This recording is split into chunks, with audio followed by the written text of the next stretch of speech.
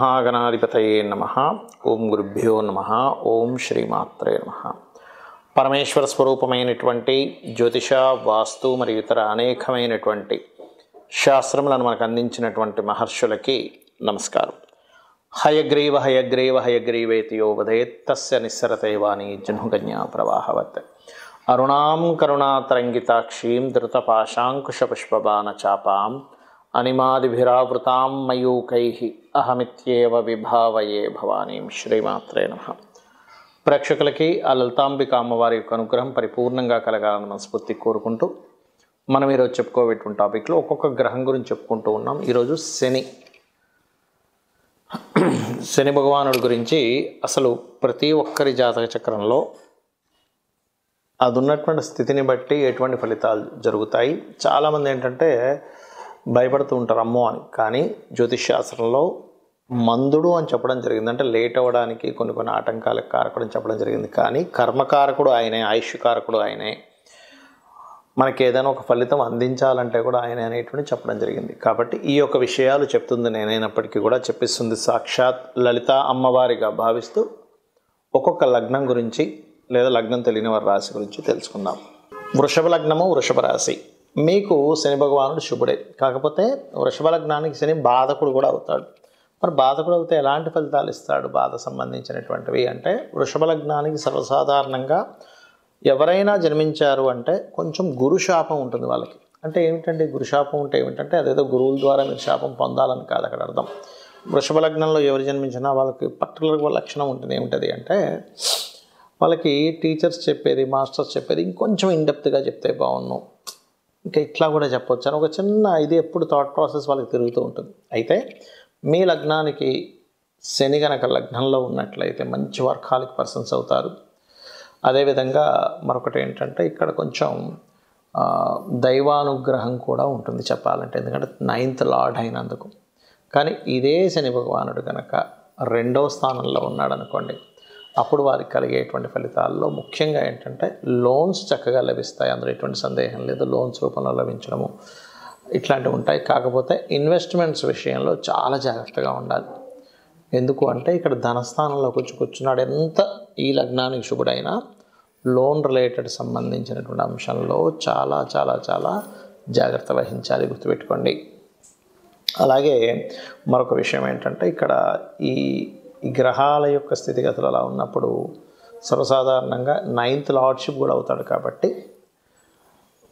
ఈ 2వ వివాహ సంబంధం అంటే మీరు చేసుకునేటువంటి అమ్మాయిది కూడా ఏంటంటే ఆ ఇంట్లో అమ్మాయి సెకండ్ అమ్మాయి అయి ఉండడము, ఆ ఇంటికి లేనట్లయితే ఫస్ట్ వివాహం విషయంలో కొంత డిస్టర్బెన్స్ రావడం కూడా జరుగుతుంటుంది సర్వసాధారణంగా ఈ శని భగవానుడు కుటుంబ స్థానంలో ఉన్నప్పుడు.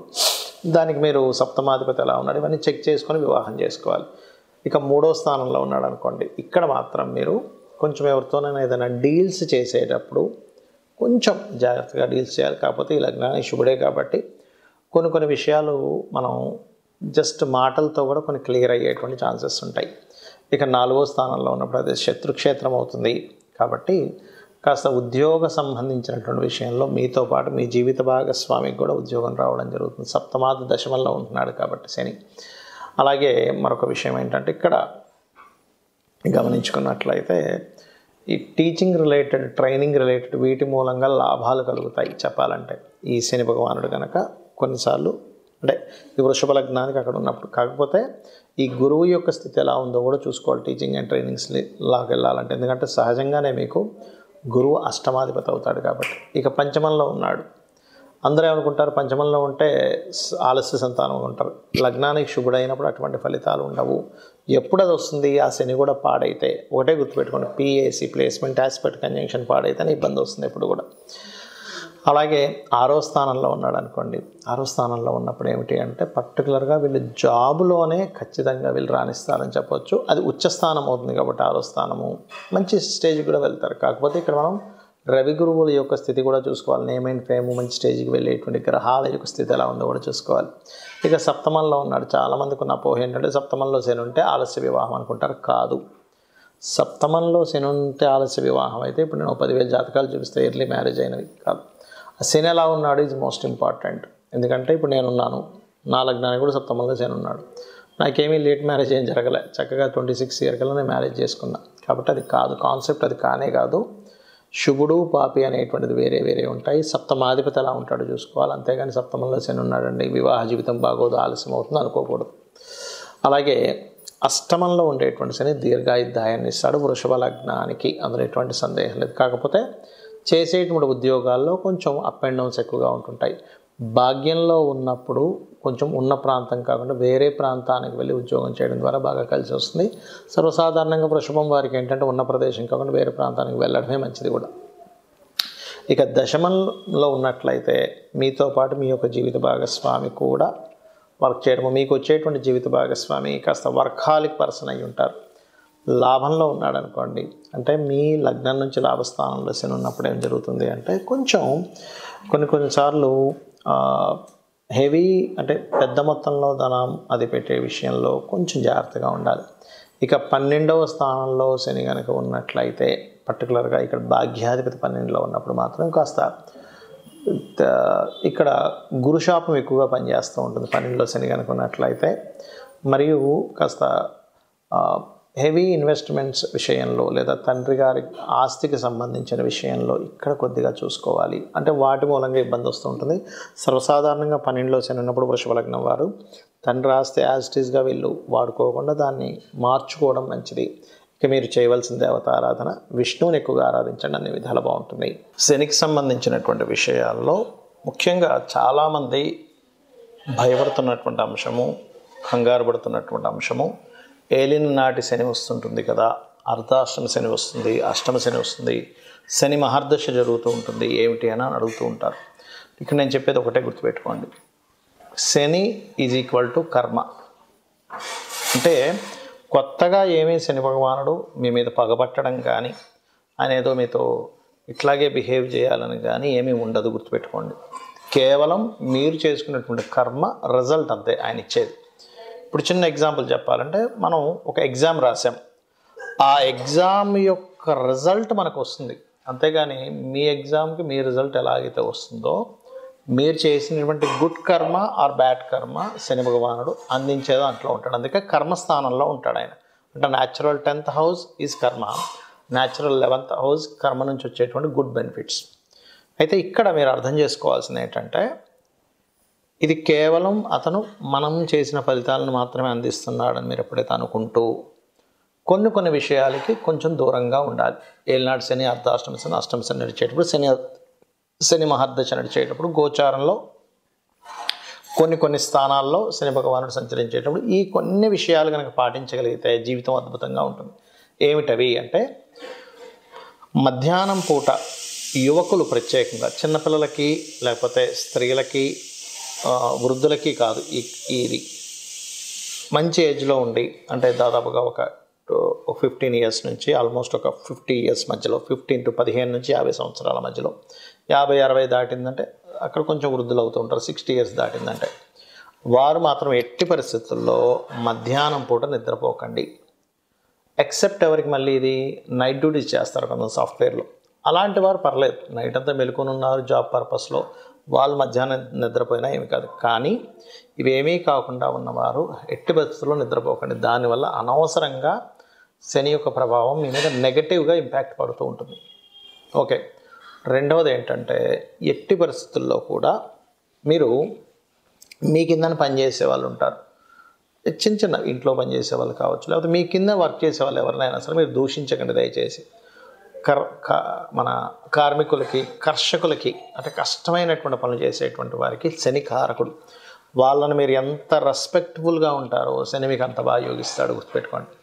అదేవిధంగా మరొక విషయం ఏంటంటే మీకు దగ్గరలో ఆలయం ఏదైనా ఉంది అంటే ఆంజనేయ స్వామి కానీ, నరసింహస్వామి కానీ, స్కందుడిది కానీ, రావి చెట్టు ఉన్న వెళ్ళి నిత్యము దర్శనం కనుక చేసుకున్నట్లయితే శని భగవానుడు ఇచ్చేటువంటి రిజల్ట్స్ ఏవైతే ఉంటాయో, గుడ్ రిజల్ట్స్ ఎలాగో మనం అనుభవిస్తాం, కానీ కొంచెం కష్టతరమైనటువంటివి ఏవైతే ఉంటాయో వాటిని మీరు ఈజీగా దాటగలుగుతారు, గుర్తుపెట్టుకోండి. కర్మ ఎక్కడా మారిపోదు, కానీ కర్మని దాటేటువంటి విధానం మీకు చాలా ఈజీగా దాన్ని బేర్ చేయగలుగుతారనమాట. అలాగే మరొక విషయం ఏంటంటే ఇక్కడ మీకు దగ్గరలో ఆలయం ఉన్నట్లయితే అక్కడికి వెళ్ళి నూనెని దానంగా ఇవ్వండి. అంటే టెంపుల్స్లో వాడుకోవడానికి ఇవ్వచ్చు నూనెని. లేదు నువ్వులు, తెల్ల నువ్వులు, నీలం రంగు వస్త్రము శనివారాలు ఇస్తుంటే కూడా ఇందాక మనం చెప్పుకున్నట్టుగా ఏలినాడు శని, అర్ధాష్టమ శని, అష్టమ శని ప్రభావం తగ్గుతుంది. కానీ కొంతమందికి శని దశ ఉంటుంది, 19 years ఆఫ్ శని మహాదశ. వాళ్ళకి ప్రతిసారి బ్యాడ్ అవ్వాలని రూల్ లేదండి. మీ జన్మజాతకంలో కనుక PAC అంటారు, అంటే ప్లేస్మెంట్ మంచి స్థానంలో ఉండి మంచి గ్రహంతో చూడబడుతూ ఒక శుభగ్రహంతో కలిసి ఉండి నీచభంగ రాజయోగాల్లో ఉంటే ఆ శని మహాదశ కొన్ని వేల కోట్లు కూడా ఇచ్చి తీరుతుంది. అందులో ఎటువంటి సందేహం లేదు, గుర్తుపెట్టుకోండి. అయితే ఇక్కడ మీరు అర్థం చేసుకోవాల్సింది ఏంటంటే కర్మ ఖచ్చితంగా సంబంధం ఉంటుంది. మనం పని చేయాల్సిందే. పని చేయకుండా ఏదో నేను కూర్చుంటే వచ్చేస్తాయి అనుకుంటే తప్పు. అది ఎవరికి వస్తుంది? పూర్వజన్మలో బాగా పుణ్యాలు చేసి వాళ్ళు ఏదో గొప్ప ఇంట్లో పుట్టి వాళ్ళకు ఓన్లీ కూర్చుంటే సాగుతుంటే అందరికీ అది సాగదు. ఎందుకంటున్నానంటే ఆఖరికి మనకి మహాభారతంలో యుద్ధంలో శ్రీకృష్ణ పరమాత్మ సాక్షాత్ విష్ణు స్వరూపం పక్క నుండి కూడా ఆయన యుద్ధం ఫిజికల్గా చేయమనే చెప్పాడు. అంతేగాని మీరు అలాగే కూర్చోండి, నేను ఒక మంత్రం చదువుతాను, కౌరవులందరూ చచ్చిపోతారు, ఒక మాయలా చేస్తే మీరు చక్కగా మీ రాజ్యం మీరు ఏలుకోవచ్చు అని ఎక్కడా చెప్పలేదు. నువ్వు యుద్ధం చెయ్యి, నీ ధర్మాన్ని నువ్వు చెయ్యి అని చెప్పాడు. అంటే ఏమిటి? సాక్షాత్ శ్రీకృష్ణ పరమాత్మ పక్కన ఉండగా కూడా, ఇది మీరు అర్థం చేసుకోండి. అంటే ఏమిటి? మన చుట్టూ మనం చేసేటువంటి పూజలతో పాటు అమ్మవారు ఉంటుంది, కానీ ఉన్న వాళ్ళకి జయం ఉంది. అక్కడ ఎవరి పక్షానైతే శ్రీకృష్ణ పరమాత్మ ఉన్నాడో వాళ్ళకి విజయం లభించింది. మనం చేయవలసింది ఏమిటంటే మన పని మనం చేసుకుంటూ మనం అమ్మవారినో, మీ స్వామివారినో, విష్ణువునో, శివునో ఎవరినో కానీ పట్టుకొని ఉండాలి. అలా మీరు చేసుకుంటూ వెళ్ళినట్లయితే ఖచ్చితంగా 100% విజయం లభించి తీరుతుంది. అందులో ఎటువంటి సందేహం లేదు. అయితే ఇక్కడ మీకు ఒక్క విషయం చెప్పి ముగిస్తాను. మీ పర్సనల్ చార్ట్లో శాటర్న్ శుభగ్రహాలతో ఉన్నాడా, పాపగ్రహాలతో ఉన్నాడా చూసుకోండి. ఎక్కువ పాపగ్రహాలతో ఉన్నాడు అనుకోండి, శాటర్న్కి శత్రువులు ఎవరు? కుజుడు. ఎందుకంటే అగ్రెసివ్ ప్లానెట్, అది fast moving planet, fiery related planet. ఇదేమో కోల్డ్ రిలేటెడ్ ప్లానెట్. సో అక్కడ ఫ్రిక్షన్ ఏర్పడుతుంది దానివల్ల. సో కుజుడితో ఉన్న, కేతువుతో ఉన్న, కేతు ఎందుకు? వీటికి కారకుడు. ఏది?